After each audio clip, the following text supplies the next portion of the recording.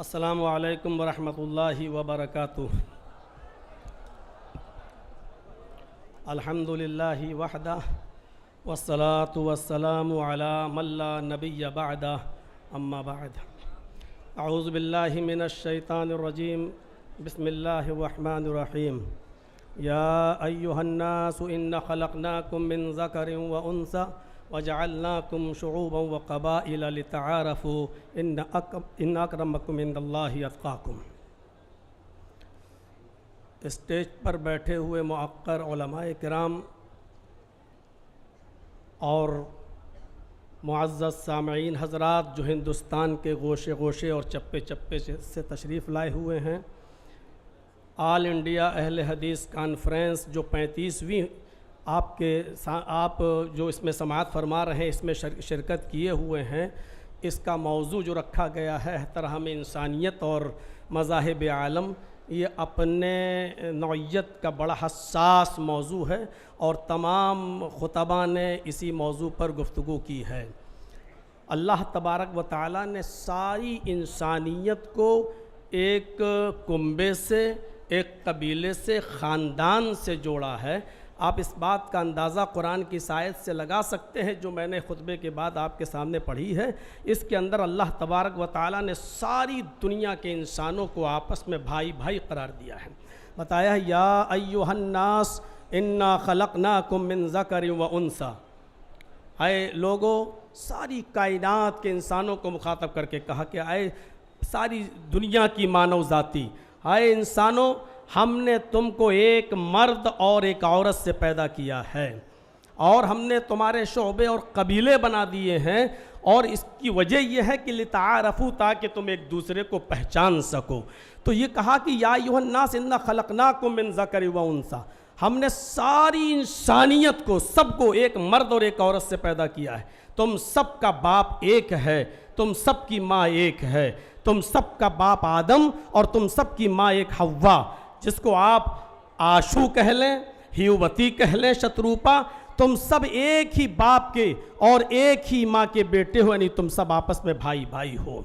قرآن کریم کی ایک آیت ہم اور آپ کے سامنے پڑھ رہے ہیں، اس سے آپ اندازہ لگا سکتے ہیں کہ اللہ تبارک و تعالیٰ نے فرمایا کہ تم کسی بھی مذہب کے یا کسی بھی مکتبہ فکر سے تمہارا تعلق ہو، لیکن عدل و انصاف کا جب معاملہ آئے، نیائے کا، ججمنٹ کا جب معاملہ آئے، تو اس میں تم کسی کو یہ نہیں دیکھو گے یہ کون ہے، کس دھرم سے ہے، کیا ہے۔ آپ اس بات سے اندازہ لگا سکتے ہیں انسانیت اس وقت تک برقرار نہیں رہ سکتی ہے جب تک کہ دنیا کے اندر عدل نہ ہو، جب تک کہ ہم عدل سے کام نہ لیں۔ فرمایا وَلَا يَجْرِمَنَّكُمْ شَنَآنُ قَوْمٍ عَلَىٰ أَن لَا تَعْدِلُوا، صاف لفظوں میں فرمایا کہ اے لوگوں، کہیں ایسا نہ ہو تمہیں کسی قوم کی دشمنی اس بات پر تمہیں مجبور نہ کر دے کہ تم اس کے ساتھ انصاف نہ کر سکو۔ انصاف ہر حال میں کرنا ہے، چاہے وہ کسی بھی مذہب کا ماننے والا ہو۔ یہ نہیں دیکھنا ہے کہ یہ کون ہے، اس سے ہمارا تعلق قریبی ہے تو اس کے فیور میں فیصلہ کر دیا جائے۔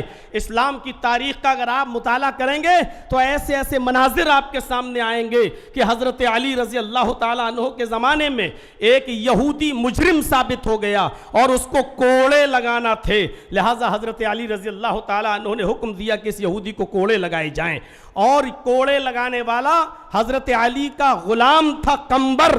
اس نے کوڑے لگائے، کوڑے لگانے میں کنفیوز ہو گیا کہ ہم نے اس کو 9 کوڑے مارے ہیں یا 10 مارے ہیں، لہٰذا اس نے یہ سوچ کر کہ 9 ہی لگے ہوں گے، ایک کوڑا اور مار دیا۔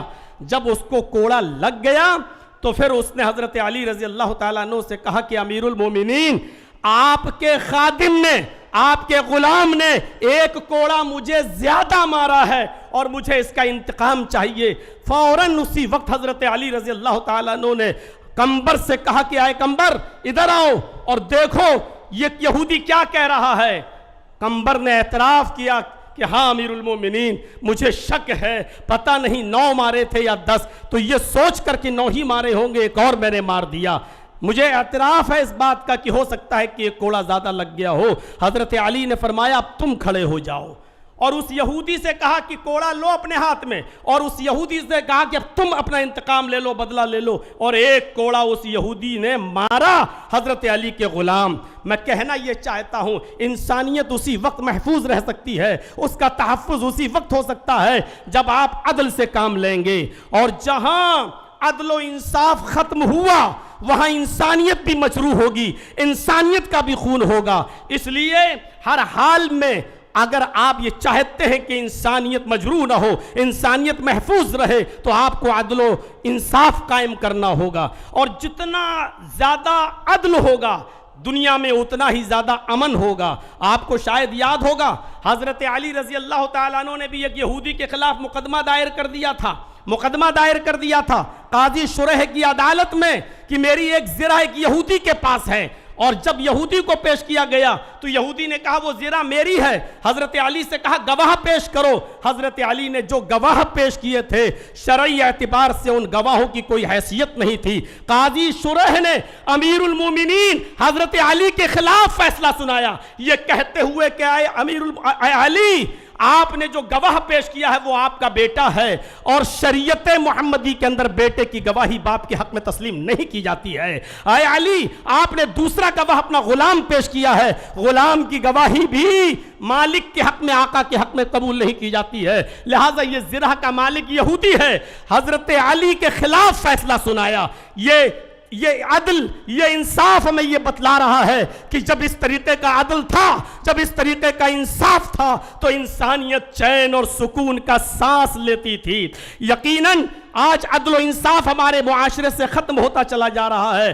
وہ ملک شام کا وہ واقعہ بھی ہمارے اور آپ کے سامنے آنا چاہیے کہ حضرت عمر فاروق جب ملک شام گئے تو ایک 12 سال کے یہودی بچے نے عمر ابن عاص کے بیٹے کے خلاف شکایت کی کہ امیر المومنین، ہمیں عمر ابن عاص کے اس بچے نے، عمر ابن عاص کے اس یہودی نے کہا کہ عمر ابن عاص کے بیٹے نے ہمیں کو کوڑا مارا ہے، میرا گھوڑا اس سے آگے نکل گیا تھا ریس میں۔ حضرت عمر فاروق نے یہ سنا تو فوراً غصے سے لال پیلے ہوئے حضرت عمر ابن عاص سے کہا کہ یہ کیا ہو رہا ہے۔ فوراً بلایا گیا، بیٹے نے، عمر ابن عاص کے بیٹے نے اپنا جرم کا اقبال کیا اور اس یہودی بچے سے کہا کہ تو بھی اپنا انتقام لے لے۔ ہماری حکومت، ہماری خلافت، ہماری چودراہٹ، سب کچھ ہونے کے باوجود خود عمر ابن عاص کے بیٹے کو اس یہودی بچے نے کوڑا لگایا۔ میں علامہ احسان الہی ظہیر کی ایک بار تقریر سن رہا تھا، انہوں نے تو اپنے خطاب کے اندر یہ بھی کہا کہ ایک کوڑا حضرت عمر فاروق نے اپنے خاتم سے کہا کہ عمر ابن عاص کو بھی لگاؤ۔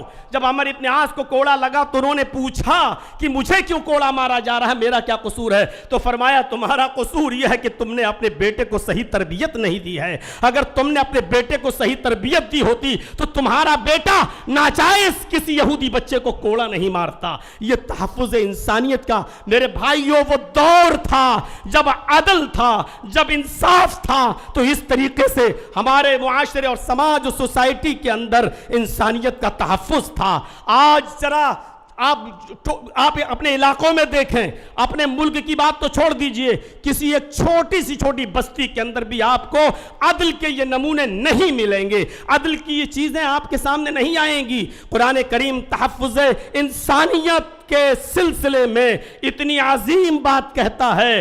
میں جانتا ہوں جن لوگوں نے دیگر ادیان کا مطالعہ کیا ہوگا ان کو اچھی طریقے سے معلوم ہوگا کہ اس طریقے کی کوئی بات دوسرے مذہب میں اس کا عشر بھی نہیں ملے گا، 10واں حصہ بھی نہیں ملے گا۔ من قتل نفسا بغیر نفس او فساد فکأنما قتل الناس جميعا، جس نے کسی ایک انسان کو قتل کر دیا، نفس واحد کا قتل کیا، ہندو مسلم کی قید نہیں، کسی ایک انسان کو اگر قتل کر دیا تو قرآن کہتا ہے، یہ ہمارے اسلام کے اصول اور ضابطوں میں شامل ہے، صاف طور پر اللہ تبارک و تعالیٰ نے فرمایا کہ اس قاتل کو یہ جان لینا چاہیے کہ وہ صرف نفس واحد کا قاتل نہیں ہے، وہ ایک انسان کا قاتل نہیں ہے۔ فَكَأَنَّمَا قَتَلَ النَّاسَ جَمِيعًا، وہ ساری انسانیت کا قاتل ہے۔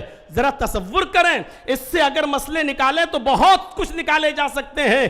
ایک انسان کا قتل پوری دنیا کی انسانیت کا قتل. یعنی اگر آپ نے کسی ایک انسان کو اس کی ماں کی گالی دے دی تو آپ اس اکیلے کو گالی نہیں دے رہے ہیں, پوری ساری کائنات کی انسانیت کی ماں کو آپ گالی دے رہے ہیں. اگر آپ نے کسی ایک انسان کو ستایا تو ساری کائنات کے انسانوں کو آپ ستا رہے ہیں. یہ ہے اسلام کا تحفظ انسانیت کا نظام.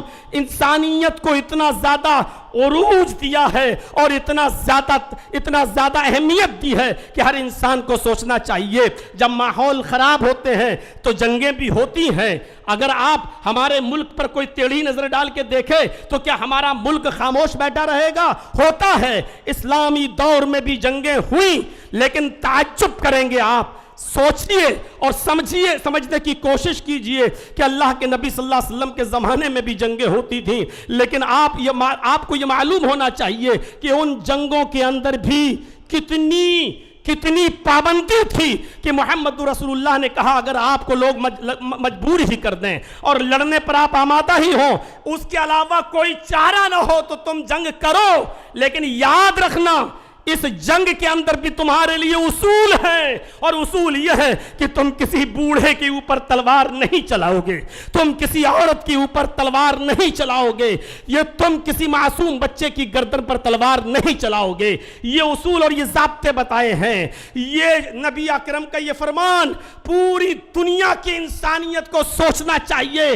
کہ آج اسرائیل کس طریقے کی بمباری کر رہا ہے اور ناجائز طور پر فلسطین کے معصوم بچوں کو مار رہا ہے, قتل کر رہا ہے, عورتوں کو مار رہا ہے یا بیوہ کر رہا ہے. ساری دنیا کی انسانیت خاموش بیٹھی ہوئی ہے. وہ بچوں ہی کو ظلم و ستم کا نشانہ بنا رہا ہے, وہ وہاں کے لوگوں کو ناجائز طور پہ مار رہا ہے. میں کہنا یہ چاہتا ہوں کون غلط کون صحیح ایک الگ مسئلہ ہے, لیکن یہاں انسانیت مجروح ہو رہی ہے. محمد رسول اللہ صلی اللہ علیہ وسلم نے اس دور میں بھی یہی کہا تھا کہ کوئی بھی شخص جو ہے کسی بوڑھے کی گردن پہ تلوار نہ چلائے, کوئی بھی شخص کسی معصوم کی گردن پہ تلوار نہ چلائے, کوئی بھی شخص کسی عورت کو نہ مارے, کسی بوڑھے کو نہ مارے. یہ اصول اور یہ ضابطے متعین کیے تھے اسلام نے. میرے بھائیوں, نبی اکرم صلی اللہ علیہ وسلم کے زمانے میں بھی جنگیں ہوا کرتی تھیں, اور آپ غزوات و سرایا کی تعداد جوڑیں.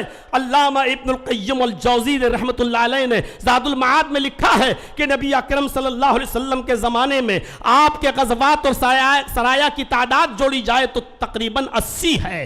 54 تو وہ غزوات ہے جس میں نبی اکرم شامل ہوئے,